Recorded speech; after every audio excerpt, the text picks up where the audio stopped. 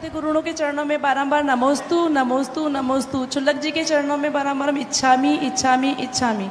महाराज जी, मेरी एक जिज्ञासा है कि आयु कर्म का बंध किस भाग में होता है? आयु कर्म का बंध किस भाग में होता है? और एक और है, जैसे हम किसी की मृत्यु में जाते हैं अपने पड़ोसी में या कहीं बाहर रिश्तेदार में, तो वहाँ पे हम 1 से 12 दिन के अंतराल में जो जाते हैं ना, तो उसमें हमें कुछ खाना चाहिए या नहीं खाना चाहिए? आयु का बंध सामान्य रूप से आयु के त्रिभाग में होता है।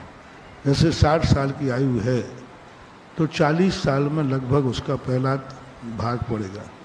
ऐसे जो शेष बचे उसके फिर 3 भाग करके 2 निकाल दो, फिर बचेगा, तो ऐसे 8 बार बंद होता है। ये मूल मार्ग है।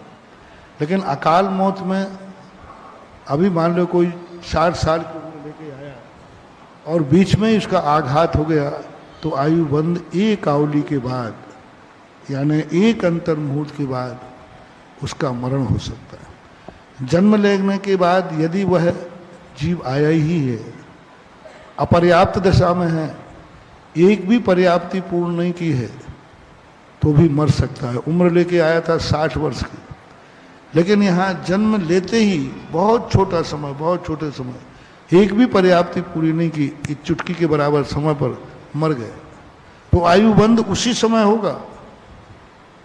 उसी समय पर्याप्त तक नाम कर्म लेके आया है, 60 साल की उम्र लेके आया है, फिर भी जैसे वो गर्भ में आया या सम्मोचन हुआ, तुरंत उसी समय आघात लग गया, उसी समय कोई दुर्घटना हो गई, तो वह तुरंत मरण को प्राप्त हो जाएगा।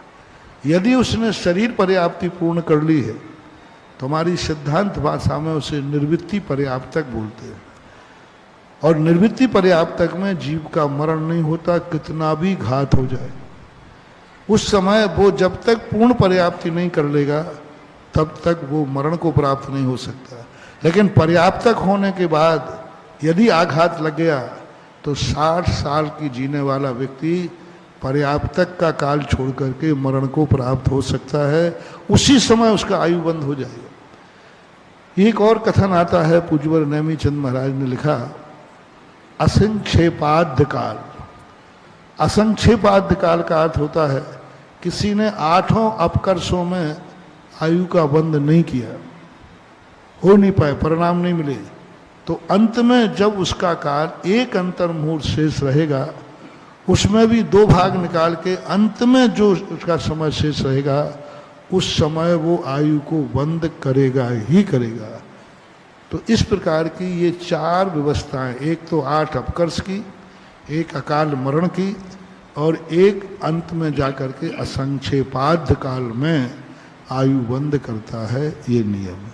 दूसरा क्या, हम किसी की मृत्यु में जाते हैं ना, बाहर वहाँ जाके भोजन है, देखो मजबूरी में भोजन करो तो अब ठीक है, रिश्तेदारी में गए हैं तो कहने कायदा से मरण के समय खुद घर से टिफिन ले जाना चाहिए, उन लोगों को भी कराओ और तुम अपना खुद करना चाहिए, मेरी तो भावना ये है।